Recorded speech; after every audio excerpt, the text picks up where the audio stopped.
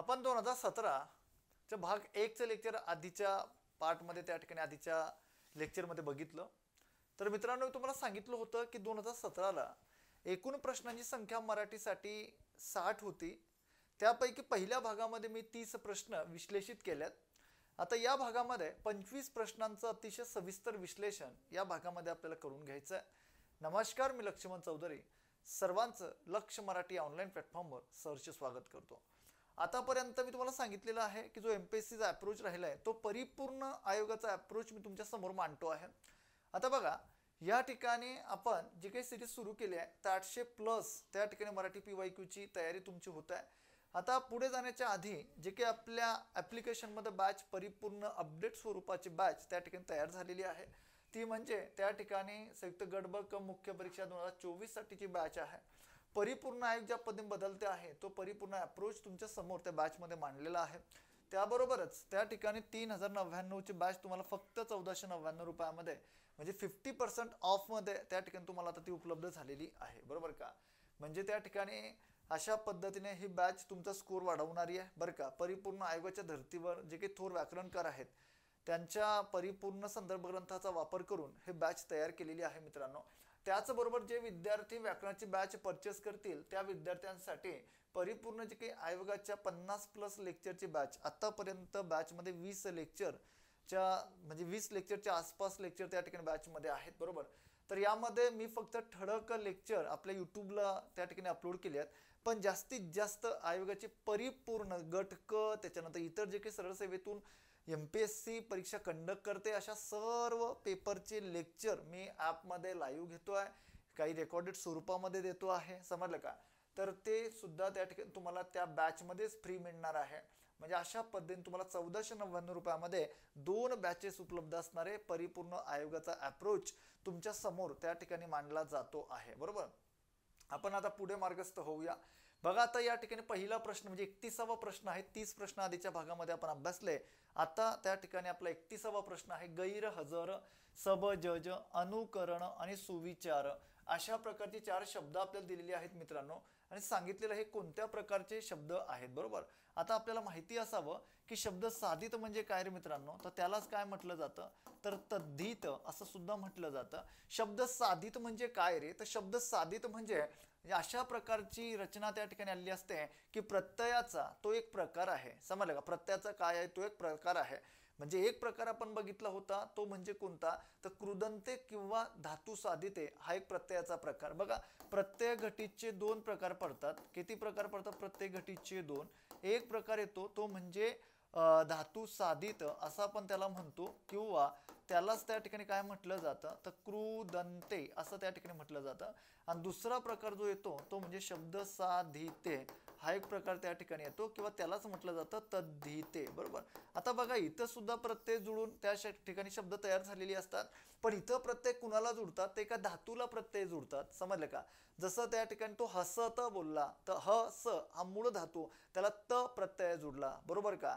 त्याच्यानंतर हसणारा मुलगा पुढे आला, नारा हा धातू किंवा हे प्रत्यय त्याला जोडलं. म्हणजे इतर रचना धातूलाच त्या ठिकाणी जोडून आलेली असते, पण इतर रचना तशी नसते. इतर त्या ठिकाणी काय आलेलं असतं, एखादं नाम असू शकतं, एखादं सर्वनाम असू शकतं, किंवा त्या ठिकाणी एखादं म्हणजे शब्द आलेला असू शकतो आणि त्या शब्दाला त्या ठिकाणी प्रत्यय जोडून येऊ शकतं. त्याला म्हटलं जातं शब्द साधिते. समजलं का? मग इथं सुद्धा प्रत्यय येत असताना संस्कृत प्रत्यय जुळतात, मराठी प्रत्यय जुळतात, फारसी प्रत्यय जुळतात. समजलं का? म्हणजे अशा पद्धतीने या सर्व गोष्टी क्लिअर होत असतात. मग मित्रांनो, याच्यापासून एक नवीन शब्द बनत असतो, एक नवीन शब्द तयार होत असतो. ती रचना ही प्रत्येक घटित मधल्या शब्द साधितेची असते. हा पहिला पर्याय त्या ठिकाणी होता, म्हणजे हा प्रत्ययाचा उपप्रकार आहे, म्हणजे तो काही येणार नाही. बरोबर? दुसरा प्रकार होता तो म्हणजे उपसर्ग घटित उपसर्ग साधित, हे त्याचं योग्य उत्तर आहे. कारण तुम्हा सर्वांना माहिती आहे की उपसर्ग म्हणजे काय असतं मित्रांनो, की एखादा मूळ शब्द त्या ठिकाणी आलेला असतो, त्या मूळ शब्दाच्या समोरून एखादे अक्षर जेव्हा त्या ठिकाणी जोडून येत असते तेव्हा त्या ठिकाणी त्याला उपसर्ग साधित म्हणून ओळखलं जातं. मग आता काय आहे की हजर त्याला काय जुडलेलं आहे, फारसी उपसर्ग गैर जुडलाय. त्यानंतर जज याला जुडला आहे त्या ठिकाणी काय सब करण याला जोडलेला आहे अनु आणि विचार याला जोडलेला आहे सु, बरोबर का? म्हणजे प्रत्येक ठिकाणी येत असताना काय जोडलेला आहे, तो उपसर्ग जोडलेला आहे, म्हणून पर्याय 2 त्याचं योग्य उत्तर आहे. पण अभ्यास्त सुद्धा तिथं पर्याय दिलेला होता. तुम्हा सर्वांना माहिती आहे की अभ्यासाचे 3 उपप्रकार येतात. एक पूर्ण अभ्यास्त येतो, अंशाभ्यास्त येतो आणि 3 नंबरचा जो प्रकार येतो तो म्हणजे कोणता, तर तुम्हा सर्वांना माहिती आहे अनुकरण वाचक. पूर्ण अभ्यासामध्ये काय आलेलं असतं, पहिला जो शब्द येतो तोच दुसरा शब्द येणे. त्याच्यानंतर नंबर 2 मध्ये जर आपण लक्षात घेतलं, अभ्यास झाल्यानंतर अंशाभ्यासामध्ये पहिला जो शब्द जोडून येतो त्याच्यानंतरच्या शब्दामध्ये एखादं अक्षर बदलून येणे म्हणजे अंशाभ्यास आणि अनुक्रम वाचक मध्ये ध्वनी आलेला असतो, बरोबर. आता इथं सामासिक शब्द म्हटल्यानंतर हे तर काही येऊ शकत नव्हतं. समासामध्ये याचा अभ्यास आपल्याला सविस्तर त्या ठिकाणी करता येतो, म्हणून पर्याय क्रमांक 2 त्याचं योग्य उत्तर. पुढचा प्रश्न अतिशय सोपा होता, जोड्या जुळवा. मोर म्हटल्यानंतर याची त्या ठिकाणी जोडी काय जुळते, मोर म्हटल्यानंतर लांडोर अशा पद्धतीने, रेडा म्हटल्यानंतर म्हैस अशा पद्धतीने याच्या जोड्या जुळतात, बरोबर का. बोका म्हटल्यानंतर भाटी आणि बोकळ म्हटल्यानंतर शेळी, बरोबर का. अशा पद्धतीने जोड्या जुळतात. म्हणजे ए च एक कुठं दिसतंय, 3 ठिकाणी आहे, बरोबर का. त्यानंतर बी च 4 कुठे आहे, तर 2 ठिकाणी 4 आहे, बरोबर. त्याच्यानंतर बोका भाटी 3 च 3, इथं पर्याय क्रमांक 1 हे त्याचं योग्य उत्तर आलेलं असणार आहे. प्रश्न सोपा होता. त्यानंतर पुढे आहे बघा, राजूला भूक लागली, तो इतरांच्या आधी जेवला. या वाक्यरचनेनुसार केवल वाक्यात रूपांतरण कसे होईल. आता केवल वाक्य म्हटल्यानंतर तुम्हा सर्वांना माहिती आहे की केवल वाक्य म्हणजे काय, की ज्या वाक्यरचनेमध्ये एकच करता येतो, ज्या वाक्यरचनेमध्ये एक क्रियापद आलेले असते, अशा प्रकारची रचना त्या ठिकाणी काय येत असते, तर त्याला त्या ठिकाणी काय म्हणतात, तर केवल वाक्य म्हणून ओळखलं जातं. या कर्त्याला काय म्हटलं जातं, तर तुम्हा सर्वांना माहिती आहे, या कर्त्याला उद्देश म्हणून ओळखतात आणि क्रियापदाला काय म्हणतात, तर क्रियापदाला विधेय म्हणून त्या ठिकाणी ओळखलं जातं. ह्या 2 गोष्टी आपण इथं क्लिअर केल्या पाहिजे की एक कर्ता अधिक क्रियापद उद्देश अधिक विधेय अशा प्रकारची रचना त्या ठिकाणी आलेली असते. ज्या वाक्यरचनेमध्ये एकच कर्ता आणि एकच क्रियापद आलेलं असतं, अशा प्रकारची रचना ही केवल वाक्याची असते. मग मित्रांनो बघा, आता राजूला भूक लागली, तो इतरांच्या आधी जेवला. या वाक्याचे रचनेनुसार केवल वाक्यात रूपांतरण कसं होईल बघा. भूक लागल्यामुळे राजू इतरांच्या आधी जेवला. बघा आता इथं राजूला भूक लागली म्हणून तर काही येऊ शकत नाही, समजलं का.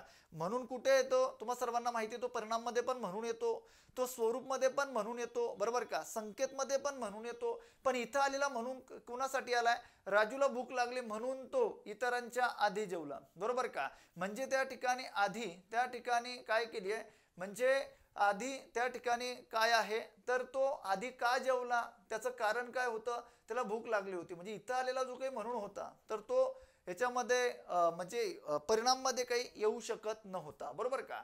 त्याच्यानंतर इतरांच्या आधी जेवला कारण त्याला भूक लागली होती. बघा हेच उदाहरण इकडं म्हणून ती रचना केलेली आहे. म्हणजे दुसरं येऊ शकत नव्हतं, तिसरं येऊ शकत नव्हतं. राजू नेहमी भूक लागली की इतरांच्या आधी जेवतो, की म्हटल्यानंतर इथं त्याची रचना येऊ शकत नाही. केवल वाक्य म्हटल्यानंतर ज्या वाक्यरचनेमध्ये एकच कर्ता आणि एकच क्रियापद त्या ठिकाणी आलेलं असतं, बरोबर का. राजू नेहमी भूक लागली, आता राजू नेहमी भूक लागली काय, तर राजूला नेहमी भूक लागली की इतरांच्या आधी जेवतो. म्हणजे अशा प्रकारची रचना त्या ठिकाणी आपण करू शकत होतो, बरोबर का.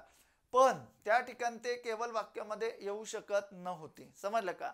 म्हणजे त्या ठिकाणी ती अट दर्शवली जात होती, त्याला भूक लागली तो इतरांच्या आधीच जेवतो, बरोबर का. म्हणजे की तिथं त्या ठिकाणी काय दर्शवत होता, अट दर्शवत होता, बरोबर का. म्हणजे अशा पद्धतीने पर्याय क्रमांक जर आपण त्या ठिकाणी लक्षात घेतलं तर सर्वात महत्वाची गोष्ट एक आहे आता की पर्याय क्रमांक 1 हे त्याचं अगदी बरोबर उत्तर आहे मित्रांनो. पर्याय क्रमांक 1 हे त्याचं योग्य उत्तर आहे. नेक्स्ट आहे बघा 34 नंबरचा प्रश्न, सुता, तनया, आत्मजा आणि नंदिनी.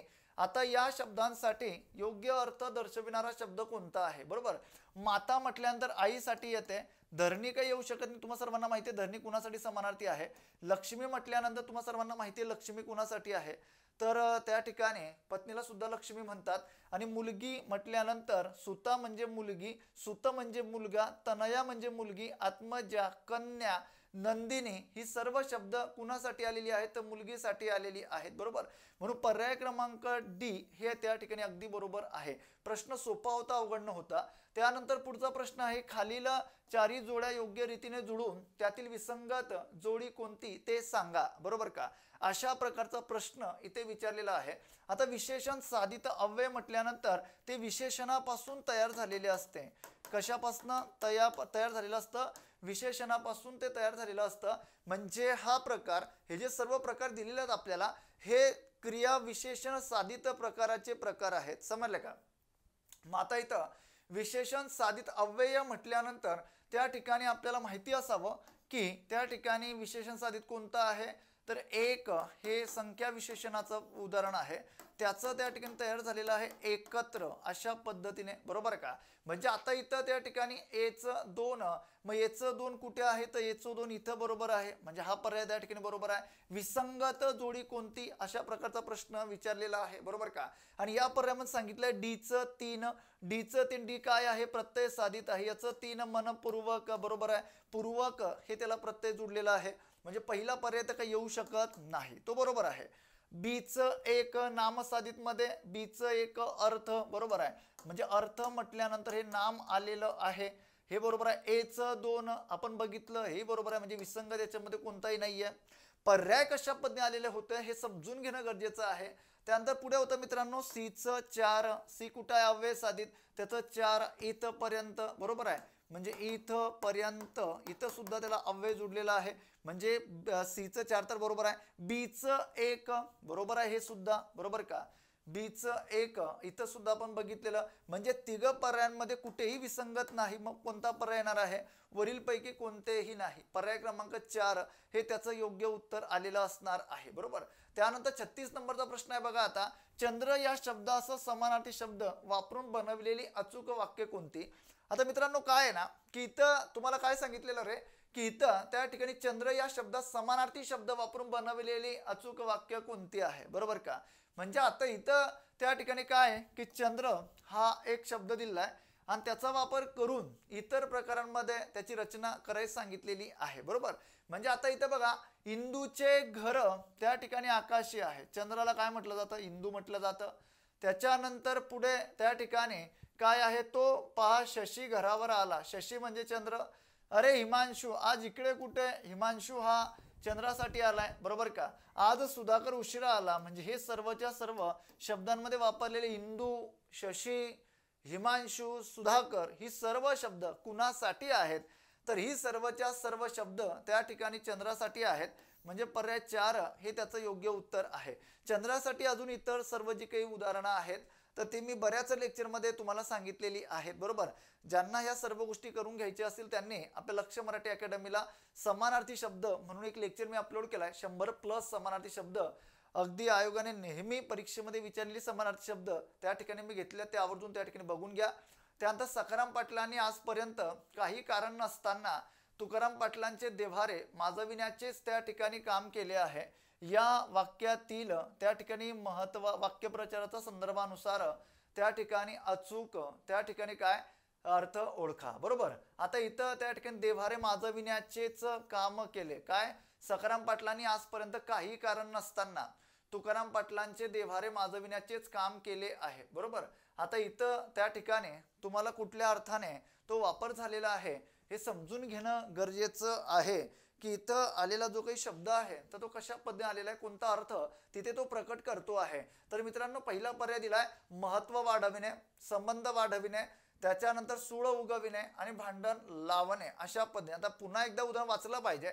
सखाराम पाटलांनी आजपर्यंत काही कारण नसताना तुकाराम पाटलांचे देव्हारे माजविण्याचेच काम केले आहे. म्हणजे त्यांचं महत्व त्या ठिकाणी वाढविण्याचं काम आतापर्यंत केलेलं आहे. वाक्याच्या रचनेनुसार इथं आयोगाचं त्या ठिकाणी सेकंड उत्तर तालिकेनुसार हे उत्तर त्याचं योग्य आहे. त्यानंतर उठ पुरुषोत्तमा वाट पाहे रमा, दावी मुख चंद्रमा सकाळी कांसी. समजलं का? काय सांगितलं की उठ पुरुषोत्तमा वाट पाहे रमा. पुरुषोत्तमा उठ, वाट कोण बघतंय, तुझी रमा बघतंय, बरोबर का? उठ पुरुषोत्तमा वाट पाहे रमा. म्हणजे ज्या पद्धतीनं पुरुषोत्तमाची वाट रमा बघताय, बरोबर का, त्याच पद्धतीनं दावी मुख चंद्रमा सकाळी कांशी. म्हणजे इथं जर आपण त्या ठिकाणी लक्षात घेतलं मित्रांनो तर सर्वांना माहिती आहे की त्या ठिकाणी उपमा अलंकार, सर्वांना माहिती आहे की उपमा अलंकार म्हणजे काय असतं किंवा कशाला म्हणतात त्या ठिकाणी उपमा अलंकार. उपमा अलंकार म्हणजे काय, दोन वस्तूंमध्ये जो काही साधर्म्य असतं, दोन वस्तूंमध्ये जे काही त्या ठिकाणी म्हणजे काय म्हणतो आपण त्याला, दोन वस्तूंमधलं जे काही साधर्म्य असतो, सारखेपणा असतो, तो ज्या शब्दांनी त्या ठिकाणी शब्द चमत्कृतीमध्ये दर्शवला जातो तर ती रचना त्यामध्ये समाविष्ट होत असते. त्याला उपमा अलंकार असे म्हणतात. उत्प्रेक्ष अलंकार तुम्हाला सर्वांना माहिती आहे की उपमेय हे उपमानापेक्षा कसं असते, श्रेष्ठ असते, बरोबर का. म्हणजे याच्यामध्ये 3 प्रकार पडतात, बरोबर. आयोगाने याच्यावरती प्रश्न विचारला. सर्वात पहिला प्रकार येतो तो म्हणजे वस्तुत्प्रेक्षा, बरं का, हा पहिला प्रकार. त्याचा दुसरा प्रकार येतो हेतुत्प्रेक्षा, बरोबर. आणि तिसरा प्रकार येतो फलोत्प्रेक्षा. अशा पद्धतीने त्या ठिकाणी हे 3 प्रकार यामध्ये समाविष्ट झालेले आहेत. ते कोणते, उत्प्रेक्ष अलंकाराचे उपप्रकार आहेत, बरोबर. जेव्हा जेव्हा त्या ठिकाणी अलंकाराचं उदाहरण येईल तेव्हा तेव्हा या सर्व गोष्टी मी क्लिअर करून देत असतो. रूपक अलंकार म्हणजे काय की जे उपमेय असतं आणि जे उपमान असतं, या दोघांमध्ये काय असते तर या दोघांमध्ये एकरूपता त्या ठिकाणी आलेली असते. अशा प्रकारची रचना त्यामध्ये समाविष्ट होत आहे. म्हणजे आता या प्रश्नामध्ये काय की उठ पुरुषोत्तमा वाट पाहे रमा, ज्या पद्धतीने पुरुषोत्तम म्हणजे पुरुषोत्तमाची वाट रमा बघताय त्याच पद्धतीने तर सूर्याचं वर्णन आलेलं आहे की ज्या पद्धतीने त्या ठिकाणी एक पुरुषोत्तमाची वाट रमा बघताय, दावी मुख चंद्रमा सकाळी कांसी, समजलं का. म्हणजे त्याच पद्धतीने त्या ठिकाणी सूर्याचं वर्णन इथं आलेलं आहे. म्हणजे दोघांमध्ये काय दर्शवलेले आहे, एकरूपता दर्शवलेली आहे. म्हणून पर्याय क्रमांक 3 हे त्याचं योग्य उत्तर आहे. व्यतिरेक तर काही येऊ शकत नव्हता. व्यतिरेक अगदी सर्वांना माहिती आहे, बरोबर का. त्याच्यावरती प्रश्न आतापर्यंत विचारले सुद्धा आहेत बऱ्यापैकी, बरोबर. अलंकारावरती तुम्ही जर म्हणत असाल तर मी लेक्चर घेऊन टाकणार, काही टेन्शन नाही. बघा, देवनागरी लिपी लिहिण्याची बरोबर पद्धत ओळखा. आता देवनागरी म्हटल्यानं तुम्हाला सर्वांना माहिती आहे देवनागरीचा उगम कुठनं झाला, देवनागरीची वैशिष्ट्य काय आहे. नेहमी आत्ताच्या परीक्षा पद्धतीमध्ये देवनागरीवरती विचारला जाणारा प्रश्न म्हणजे कोणता की देवनागरी लिपी लिहिताना प्रत्येक ध्वनीसाठी स्वतंत्र चिन्ह असते तर यस, प्रत्येक ध्वनीसाठी स्वतंत्र चिन्ह त्या ठिकाणी देण्यात आलेलं आहे. देवनागरी लिपीचं त्या ठिकाणी वैज्ञानिक वर्गीकरण करण्यात आलेलं आहे तर यस, वैज्ञानिक वर्गीकरण सुद्धा तिचं करण्यात आलेलं आहे. म्हणजे अशा पद्धतीचे प्रश्न त्या ठिकाणी तुम्हाला विचारले जातात. देवनागरी लिपी लिहिण्याची बरोबर पद्धत ओळखा. देवनागरी लिपी उजवीकडून डावीकडे नाही तर डावीकडून उजवीकडे लिहिली जाते. हा सोपा प्रश्न आहे, बऱ्याचदा त्या ठिकाणी विचारला गेलेला आहे, बरोबर का. आता देवनागरी लिपी अक्षरे मोडून लिहिली जाते. आता देवनागरी लिपी लिहिण्याची पद्धत विचारली म्हणजे डावीकडून उजवीकडे तिचं लिखाण अगदी बरोबर केलं जातं. मग मित्रांनो, मला तुम्हाला सांगायचं आहे की जेव्हा जेव्हा देवनागरी लिपीवरती प्रश्न येतोय तर देवनागरी लिपीची उत्पत्ती कुठनं झाली तर देवनागरी लिपीची उत्पत्ती झाली ब्राह्मी लिपीतून, बरं का. कोणत्या लिपीतून, ब्राह्मी लिपीतून तिची उत्पत्ती झाली.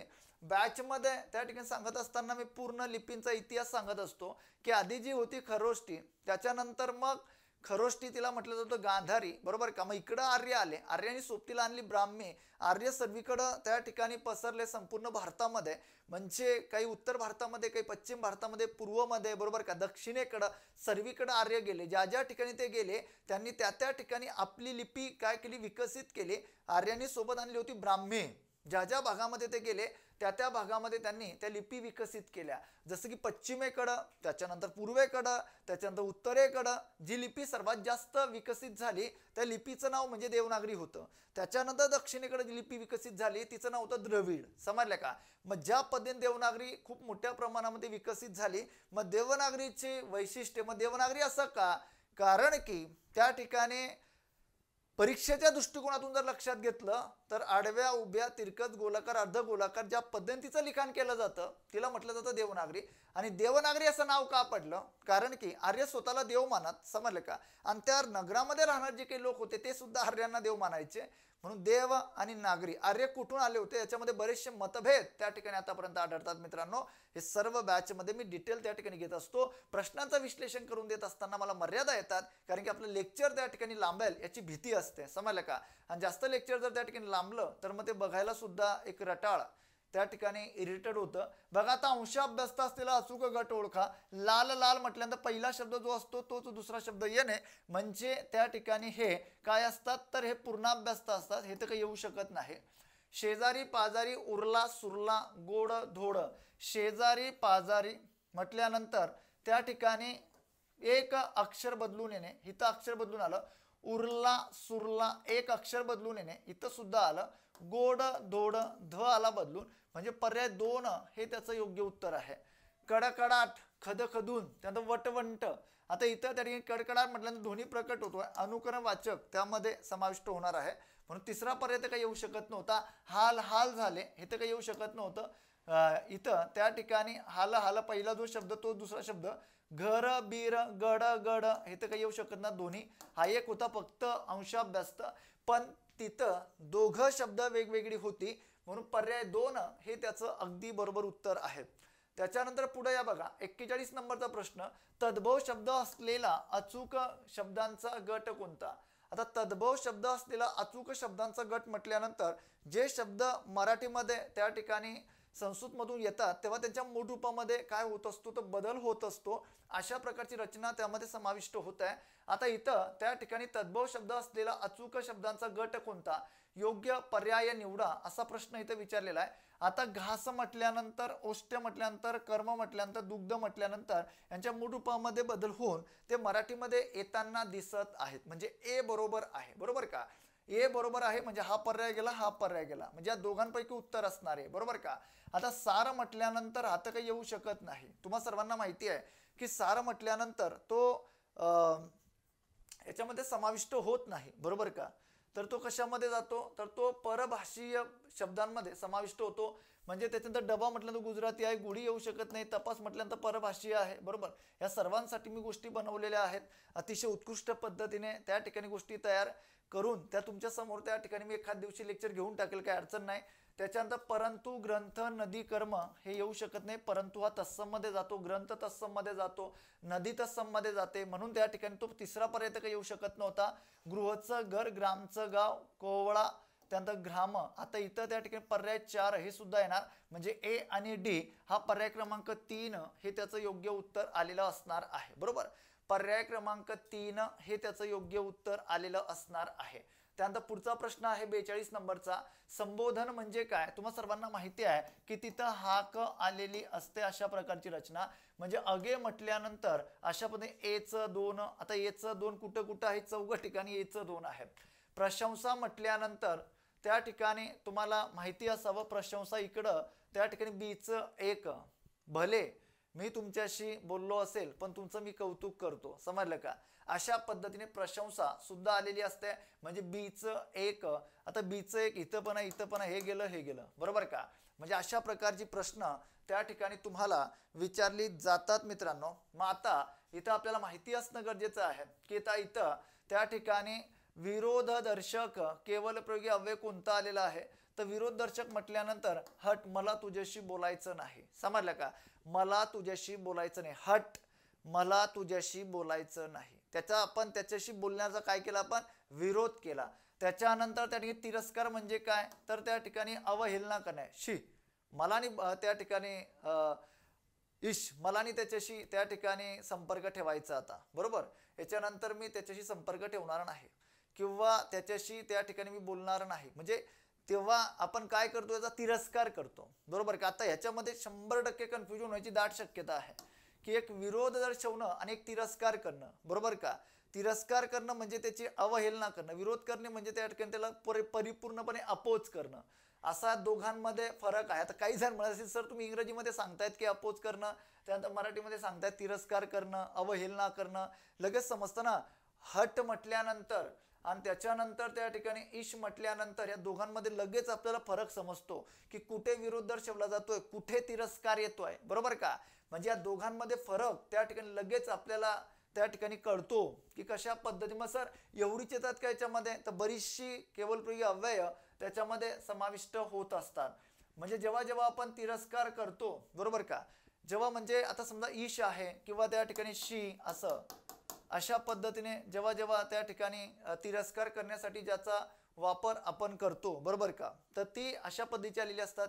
शी, इतका त्या ठिकाणी तू असं मला म्हणजे शी, मला त्या ठिकाणी अशा पद्धतीने अभ्यास करायचा नाही.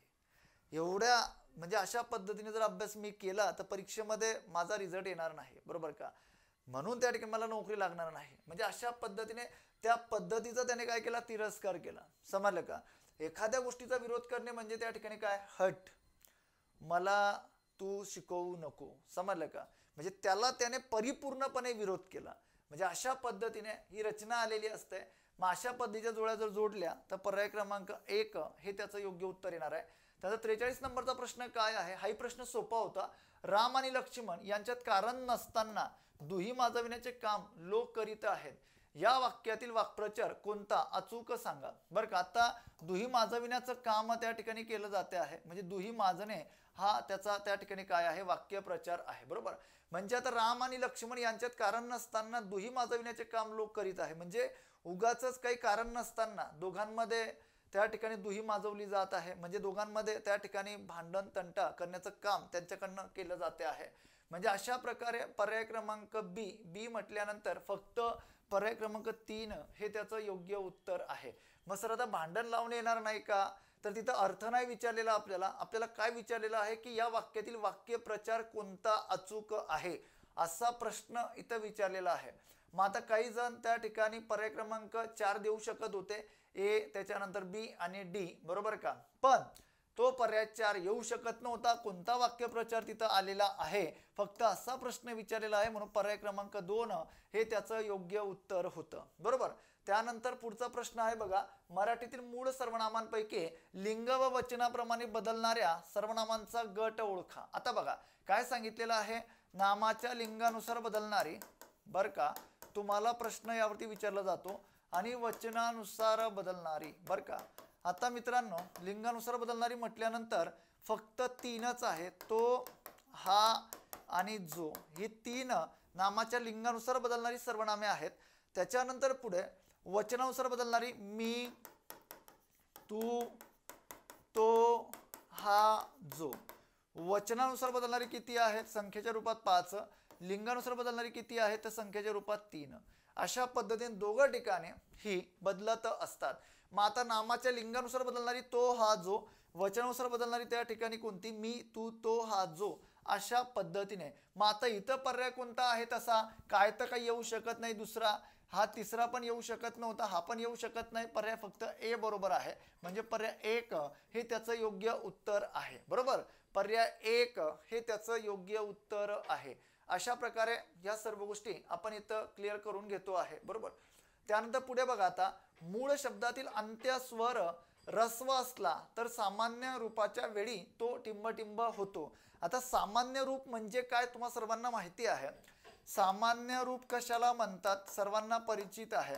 सामान्य रूप म्हणजे काय रे मित्रांनो, की जेव्हा त्या ठिकाणी एखादं विभक्तीचं प्रत्यय जुळण्याच्या अगोदर त्या नामाच्या मूळरूपामध्ये होणारा जो बदल असतो, त्या बदलाला काय म्हटलं जातं, सामान्य रूप म्हणून ओळखलं जातं. काय म्हटलं जातं, सामान्य रूप म्हणून ओळखलं जातं. म्हणजे त्या ठिकाणी मी जर असं म्हटलो घर, दार, शिक्षक, बर का, आता इथं 3 नामे मी घेतली. आता घरला मला त जोडायचं आहे समजा, तर मला याचं सामान्य रूप काय करावं लागेल, तर घरचं काय करावं लागेल, घरा. म्हणजे इथं अ आलेला होता, अ हा कोणता होता, रस्व होता. बरोबर ना, त्याचं सामान्य रूप होत असताना काय सांगितलेलं आहे, तर सामान्य रूपाच्या वेळी टिंब तो होतो. तर घरचं त्या ठिकाणी काय होतं, घरा होतं. म्हणजे इथं आ हा स्वर त्यामध्ये समाविष्ट बनत असतो किंवा समाविष्ट होत असतो. म्हणजे काय होतो, मग तो दीर्घ होतो. पर्याय क्रमांक 2 हे त्याचं योग्य उत्तर आहे. दारचं दारा, दारात, बरोबर ना, त जोडायचं ना मला, दारात.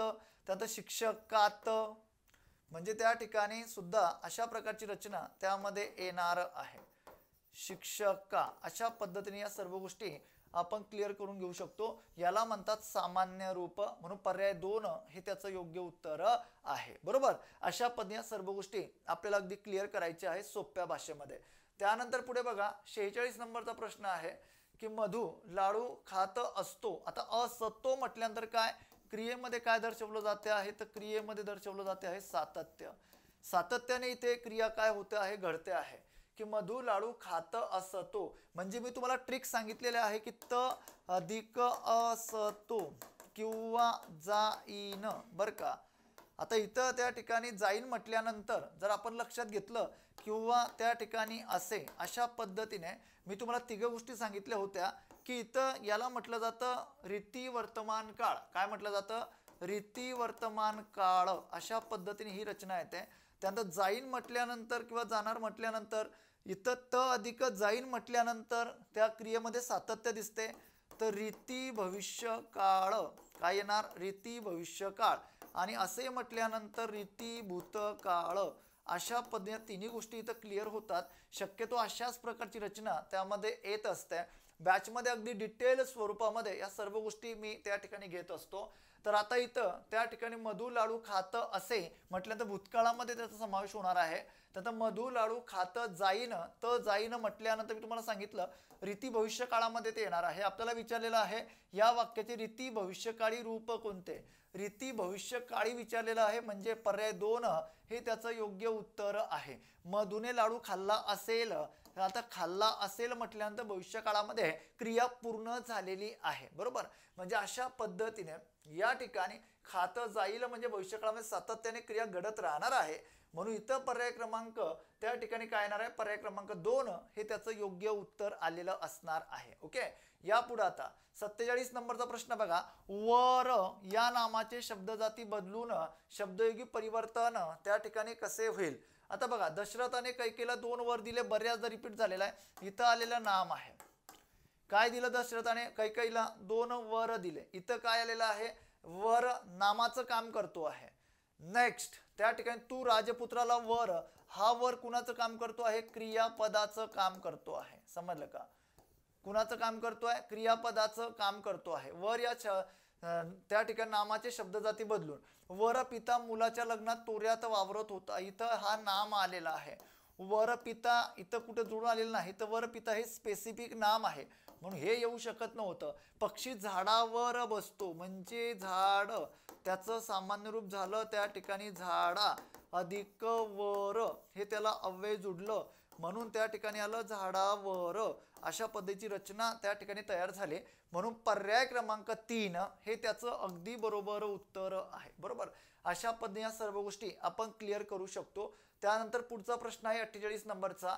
तो नेहमी उशिरा येऊन झटपट काम करतो. याला मी थोडा आता स्टार करतो, हॅशटॅग करतो की आता नेहमी म्हटल्यानंतर सातत्यदर्शक हे अगदी बरोबर आहे की नेहमी त्या ठिकाणी सतत क्रिया त्या ठिकाणी घडत असते. बरोबर ना, सतत, नेहमी, बरोबर का, दररोज अशा प्रकारची रचना सातत्यदर्शक मध्ये तुम्ही त्या ठिकाणी घेऊ शकतात. दुसरा पर्याय उशिरा, कालवाचक. मग आता कालवाचक म्हटल्यानंतर केव्हा त्या ठिकाणी उशिरा पण आलेला आहे. तिथं केव्हा त्या ठिकाणी म्हणजे करतो तो उशिरा, म्हणजे तो नेहमी उशिरा येऊन झटपट काम करतो. केव्हा करतो, उशिरा येऊन करतो. बरोबर का, म्हणजे हे सुद्धा त्या ठिकाणी बरोबर होतं. बरोबर, त्यानंतर झटपट कसे करतो, रीतिवाचक त्या ठिकाणी हे आलेलं आहे. कसे करतो म्हटल्यानंतर झटपट करतो. म्हणजे आता ए बी सी असा पर्याय तिथं पाहिजे होता पण तसा नाहीये.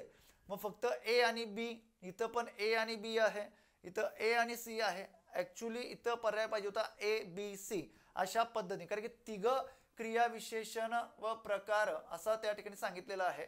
म्हणजे सातत्यदर्शक आहे, रीतिवाचक आहे, त्याच्यानंतर कालवाचक आहे, तिघ येत होते. पण आता आयोगाने अंतिम उत्तर तालिकेनुसार उत्तर हे दिलेलं आहे की ए आणि सी बरोबर. कारण की नेहमी म्हटल्यानंतर सातत्यदर्शक मध्ये कालवाचकचा तो उपप्रकार आहे, कारण कालवाचकचे 3 उपप्रकार पडतात ना, कालदर्शक, सातत्यदर्शक आणि आवृत्तीदर्शक.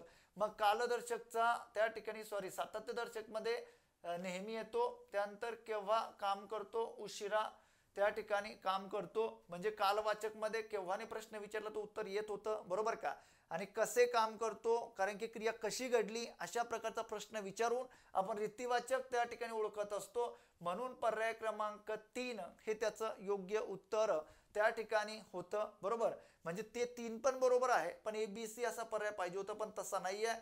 तर इथं त्या ठिकाणी ए आणि सी हे आयोगाचा अंतिम उत्तर तालिकेनुसार त्या ठिकाणी उत्तर आहे. बरोबर, तेही बरोबर आहे उत्तर, त्याबद्दल काही डाऊट नाही. पण पर्याय क्रमांक ए बी सी असा पाहिजे होता माझ्या माहितीनुसार. समजलं. ओके, चला 49 नंबरचा प्रश्न बऱ्याचदा रिपीट झालेला क्वेश्चन आहे हा. अनुसार, अनुरूप, बर का, यासारखे शब्द जोडताना मागील शब्दांचे सामान्य रूप होऊन मग टिंब संधी होते. बरोबर, आता बघा गरज हेच प्रश्न इथं आलेले असतात. अधिक अनुरूप अशा प्रकारचा शब्द तिथं जोडलेला असतो. गरज अधिक अनुरूप. त्यानंतर दुसरा आलेला असतो प्रकार अधिक अनुसार, हा दुसरा शब्द त्या ठिकाणी जोडलेला असतो की गरज अधिक अनुरूप आणि प्रकार अधिक अनुसार. आता गरजचं सामान्य रूप काय होतं म्हणे, तर गरजचं सामान्य रूप होतं गरजे अधिक अनुरूप, अशा पद्धतीने, बरोबर. त्याच्यानंतर त्यांनी प्रकारचं काय होतं, प्रकारा हे सामान्य रूप होतं आणि अनुसार अशा पद्धतीने त्याला नंतर हा शब्द जुळतो. मग आता काय, दिलेल्या शब्दाची जोडणी होत असताना आपण गरजे अधिक अनुरूप असं करतो, गरजे अनुरूप असं आपण कधीच करत नाही. आपण काय करतो, गरजेनुरूप, गरजेनुरूप अशा पद्धतीने जोडणी करतो. म्हणजे याचा काय करतो आपण, तर विग्रह करतो. मग आता काय, पहिला स्वर जशाच्या तसा ठेवला, दुसऱ्या स्वराचा काय केला, लोप केला. कितव्या स्वराचा, दुसऱ्या स्वराचा लोप केला. म्हणजे याची रचना काय झाली, मग तर याची रचना झाली गरजेनुरूप, अशा पद्धतीने. मग हे पूर्वरूपचं उदाहरण आलं का पररूपचं आलं, दुसऱ्याचा लोप केला, पहिला जसा तसा ठेवला, म्हणजे हे आलं पूर्वरूप.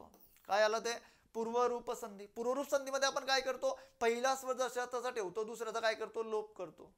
अशा पद्धतीची रचना त्यामध्ये समाविष्ट होत असते. प्रकार अधिक अनुसार म्हटलं तर प्रकार अधिक अनुसार म्हणजे याची जोडणी होत असताना कशी होते, मग प्रकारानुसार अशा पद्धतीने जोडणी होते. प्रकारानुसार म्हणजे याचा काय होतो, लोप होतो. प्रकारानुसार अशा पद्धतीने म्हणजे याची रचना त्या ठिकाणी, बरोबर. हे उदाहरण कसलं आलं मग, तर हे पूर्वरूप संधीमध्ये समाविष्ट होत असतं. अशा प्रकारची रचना त्यामध्ये येत असते. म्हणून याचं उत्तर काय येणार आहे, तर पर्याय क्रमांक 1 हे त्याचं योग्य उत्तर आहे. पररूप तर काही येऊ शकत नव्हतं, कारण इथं दुसरा जसा तसा ठेवला जातो. दुसरा स्वर जशाच्या तसा त्या ठिकाणी काय केला जातो, ठेवला जातो. म्हणून पर्याय 2 तर काही येऊ शकत नव्हता, पर्याय 1 त्याचं अगदी बरोबर उत्तर आहे. समजलं का, अशा प्रकारे. त्यानंतर पुढे आहे योग्य विधाने ओळखा. उपसर्ग घटित, प्रत्यय घटित, अभ्यास्त, सामासिक शब्द हे सिद्ध शब्दांचे प्रकार आहेत. चुकीचं आहे, हे सर्व साधित शब्दांचे प्रकार आहेत. उपसर्ग स्वतंत्रपणे वापरता येतात नाही, ते त्यांना स्वतंत्र अर्थ असतो, पण ते स्वतंत्र पद्धतीने वापरले जात नाहीत. ही महत्वपूर्ण बाब आहे. पूर्ण अभ्यस्त, अंश अभ्यस्त, अनुक्रमवाचक अभ्यस्त शब्दाचे उपप्रकार हे अगदी बरोबर आहे. उपसर्गाचा क्वचित स्वतंत्रपणे उपयोग होत नाही. समजलं का, ते एका नामाला किंवा एका सर्वनामाला जोडून येत असतात. समजलं का, अशा पद्धतीने बऱ्याच गोष्टी आहेत त्याच्यामध्ये, बऱ्याच संकल्पना आहे. मला बरेच विद्यार्थी या ठिकाणी विचारतात की मग सर ते कसं काय, तर बऱ्याच काही अपवादात्मक गोष्टी पण त्याच्यामध्ये आहे. समजलं का, शिकवत असताना या सर्व गोष्टी क्लिअर होत असतात, बरोबर. विद्यार्थ्यांना मी ते सांगत असतो लेक्चरमध्ये. 51 नंबरचा प्रश्न आहे बघा, खालील शब्द समूह अचूक शब्दाने पूर्ण करा. माणसांचा जमाव, तसेच सैनिकांचे पथक पण असते, तुकडी पण असते, पलटण पण असते. सोपा प्रश्न आहे, तिन्ही बरोबर. यस. 52 नंबरचा प्रश्न आहे, व्याकरणातील लिंग या शब्दाचा समानार्थी शब्द कोणता, बरोबर. आता इथं तुम्हाला सर्वांना माहिती आहे की ह्याला म्हणतात चिन्ह, आणि हा खून म्हणजे काय असतो, तर त्या एक ठार करणे. अशा हे अशुद्ध आहे, हे अशुद्ध आहे. ह्या खून म्हणजे काय, तर हा खून म्हणजे लिंग, आणि हा खून म्हणजे काय, तर ठार करणे डायरेक्ट. समजलं का, अशा पद्धतीने. म्हणजे इथं पर्याय क्रमांक 3 त्याचं योग्य उत्तर आहे. सोपा प्रश्न होता तो. हे रमेशचे अक्षर चांगले आहे का. आता इथं सुद्धा एक उद्गारार्थी वाक्य, ते त्या ठिकाणी होकारार्थी येऊ शकते, पण एक उद्गारार्थी वाक्य कधीही विधानार्थी वाक्य येऊ शकत नाही. समजलं का, एक उद्गारार्थी वाक्य कधीही ते विधानार्थी येऊ शकत नाही, मात्र होकारार्थी येऊ शकते. हे रमेशचे सुंदर अक्षर आहे का. यस. त्या ठिकाणी आता प्रश्न काय विचारलाय, तर त्या ठिकाणी प्रश्नार्थी वाक्य दिलेलं आहे, त्याचं उद्गारार्थी वाक्यात रूपांतर करायला सांगितलंय. अजून प्रश्नार्थी वाक्यामध्ये एक महत्वाची गोष्ट, कोणतंही प्रश्नार्थी वाक्य विधानार्थी वाक्य बनवू शकत, म्हणजे विधानार्थी वाक्य येऊ शकत नाही. हा, प्रश्नार्थी होकारार्थी तुम्ही म्हणू शकतात, प्रश्नार्थी नकारार्थी तुम्ही म्हणू शकतात, पण तिथं त्या ठिकाणी एक प्रश्नार्थी वाक्य ते विधानार्थी वाक्य येत नाही किंवा नसते. कारण विधानार्थी वाक्य म्हणजे काय, की वाक्याच्या शेवटी काय येतो, पूर्णविराम येतो. इथं त्या ठिकाणी प्रश्नार्थी वाक्याच्या शेवटी कधीही पूर्णविराम येऊ शकत नाही, तिथं प्रश्नचिन्हच येतं. उद्गारार्थी वाक्याची ओळखच ती आहे काय, की शेवटी काय येतं, उद्गारवाचक चिन्हच येतं. म्हणजे कधीही त्या ठिकाणी ते पूर्णविराम येऊ शकत नाही, बरोबर का. म्हणून त्या ठिकाणी तुम्हाला विधानार्थी म्हणू शकत नाही, ते स्टेटमेंटच ते आहे, बरोबर का. या वाक्याचे रूपांतर उद्गारार्थी वाक्यात कसे होईल. मग आता बघा, हे रमेशचे अक्षर चांगले आहे का? काय अक्षर हे रमेशचे, काय अक्षर हे रमेशचे, म्हणजे तिथनं त्या ठिकाणी प्रकट झालेत उद्गार. हे रमेशचे अक्षर आहे, येऊ शकत नाही. हे फक्त होकार तुम्ही घेऊ शकतात. हे रमेशचे अक्षर, हे अक्षर रमेशचे नाही. काय अक्षर म्हणजे त्याची स्तुती केलेली आहे, उद्गार प्रकट केलेले आहे. उद्गार म्हणजे काय की त्या ठिकाणी मनातील भावना अचानकपणे प्रकट होत असतात, अशा प्रकारची रचना त्यामध्ये येत असते मित्रांनो. म्हणून ती रचना त्या पद्धतीने तयार होत असते. अलग लक्षात. अशा पद्धतीने सर्व गोष्टी आपण क्लिअर करू शकतो. ओके, नेक्स्ट बघा आता, पासून व पलीकडे या शब्दयोगी अव्ययांचा उपयोग कोणत्या विभक्ती कार्यासाठी केला जातो? आता मित्रांनो तुम्हा सर्वांना माहिती आहे की पासून पलीकडे हे विभक्ती प्रत्यय त्या ठिकाणी आपण त्याला म्हणू शकत नाही, पण ते काय आहेत? विभक्ती प्रतिरूपक अव्यय म्हणून त्या ठिकाणी त्याला ओळखलं जातं. द्वितीय, तृतीय, चतुर्थी, पंचमी, षष्ठी अशा प्रकारची जी प्रत्यय, सप्तमी अशा प्रकारची जी प्रत्यय आलेली असतात, ही सर्व प्रत्यय त्या ठिकाणी ती कशामध्ये येत असतात? विभक्ती प्रतिरूपक अव्ययांमध्ये. अशा प्रकारचे प्रश्न तुम्हाला विचारले जातात पासून पलीकडे. पासून म्हटल्यानंतर अतिशय सोपा प्रश्न होता हा. आता तृतीय म्हणता काही येऊ शकत नाही, तो चार्ट मी त्या ठिकाणी म्हणजे बॅच मध्ये विद्यार्थ्यांना सांगत असतो, बरोबर. पण आता इथं पंचमी व सप्तमी अशा पद्धतीने त्याचं योग्य उत्तर असणार आहे. ऊन हुन. सप्तमी म्हटल्यानंतर स्थळाचा उल्लेख होतो. पर्याय क्रमांक 1 हे त्याचं योग्य उत्तर आहे, बरोबर. म्हणून पर्याय क्रमांक 1 हे त्यासाठी अगदी बरोबर आहे, बरोबर. द्वितीय, चतुर्थी, पंचमी काही येऊ शकत नव्हतं आणि संबोधन द्वितीय येऊ शकत नव्हतं. म्हणून पर्याय क्रमांक 1 हे त्याचं योग्य उत्तर आहे. ऊन हुन. समजलं का? पलीकडे म्हटल्यानंतर सप्तमी विभक्तीमध्ये त्याचा समावेश होतो. आता सविस्तर मी तुम्हाला सांगू शकत होतो, पण इथं सर्वात महत्त्वाची गोष्ट काय आहे की इथं त्या ठिकाणी जशी प्रश्न माझ्याकडे येतील त्या पद्धतीने मी या सर्व गोष्टी क्लिअर करून देईल, कारण की मला ते पूर्ण लिहावा लागणार तो चार्ट, पण एवढा वेळ आपल्याकडे आता नाही आहे, बरोबर का.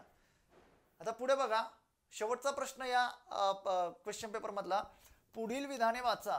प्रधानत्व सूचक उभयान्वयी अव्ययांनी जोडलेली वाक्य ही संयुक्त वाक्य असतात. अगदी बरोबर आहे. प्रधानत्व सूचक मध्ये कोणकोणते प्रकार येतात तुम्हा सर्वांना माहिती आहे. सर्वात पहिला येतो समुच्चय बोधक, दुसरा येतो विकल्प बोधक, तिसरा येतो न्यूनत्व बोधक आणि 4 नंबरचा प्रकार येतो तो म्हणजे कोणता? समुच्चय, विकल्प, न्यूनत्व आणि 4 नंबर मध्ये येतो परिणाम. या प्रत्येक प्रकारामध्ये येणारं वाक्य हे कोणतं वाक्य असतं? तर प्रत्येक प्रकारामध्ये येणारं वाक्य संयुक्त वाक्य असतं. कोणतं वाक्य असतं? संयुक्त वाक्य असतं. अशा पद्धतीने या सर्व गोष्टी आपण इथं क्लिअर करू शकतो. म्हणजे पहिलं स्टेटमेंट अगदी बरोबर आहे, समजलं का. सेकंड आहे की तर गौणत्व सूचक उभयनिष्ठ अव्ययांनी जोडलेली वाक्य मिश्र वाक्य असतात. अगदी बरोबर आहे. म्हणजे गौणत्व मध्ये कोणकोणते प्रकार येतात? सर्वात पहिला येतो स्वरूप,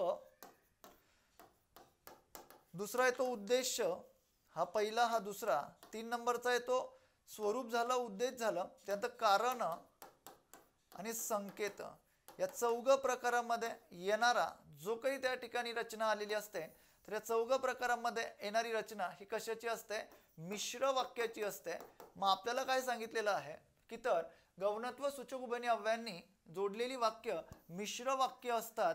म्हणजे पर्याय क्रमांक 3 संपूर्ण विधान बरोबर आहे, हे त्याचं योग्य उत्तर आलेलं आहे. याची संकल्पना अजून बरीच मोठी आहे की प्रधानत्व मध्ये रचना कशी असते? तर प्रधानत्व मध्ये येणारी रचना प्लस प्लस असते. म्हणजे पहिलं वाक्य मुख्य असतं, दुसरं वाक्यही मुख्य असतं. म्हणजे पहिल्या वाक्याचा अर्थ पूर्ण करण्यासाठी दुसऱ्यावर अवलंबून राहण्याची गरज नसते. अशा प्रकारची रचना त्या ठिकाणी आलेली असते. पण गौणत्व सूचक मध्ये तुम्हाला सर्वांना माहिती आहे मायनस प्लस असते. म्हणजे पहिल्या वाक्याचा अर्थ पूर्ण करण्यासाठी दुसऱ्यावर त्या ठिकाणी अवलंबून राहावं लागते. अशा प्रकारची रचना मित्रांनो, या सर्व गोष्टी आपण इथं क्लिअर करू शकतो. हा 55 नंबरचा प्रश्न म्हणजे अगदी शेवटचा प्रश्न होता. अशा पद्धतीने उरलेली जी काही 25 प्रश्न होती ते अशा पद्धतीने मी विश्लेषित केली. यामध्ये अजून काही त्या ठिकाणी जास्तीची माहिती असेल ते पुढच्या प्रश्नपत्रिकेमध्ये, कारण की उगाच त्या ठिकाणी लेक्चर जेवढं आयोगाला अपेक्षित आहे त्या पद्धतीने आपण अनालिसिस करून घेतो आहे. उगाच त्या ठिकाणी लेक्चर जास्त त्या ठिकाणी वाढायला नको. इथं मी थांबतो आहे. सर्वांना धन्यवाद. जय हिंद, जय महाराष्ट्र.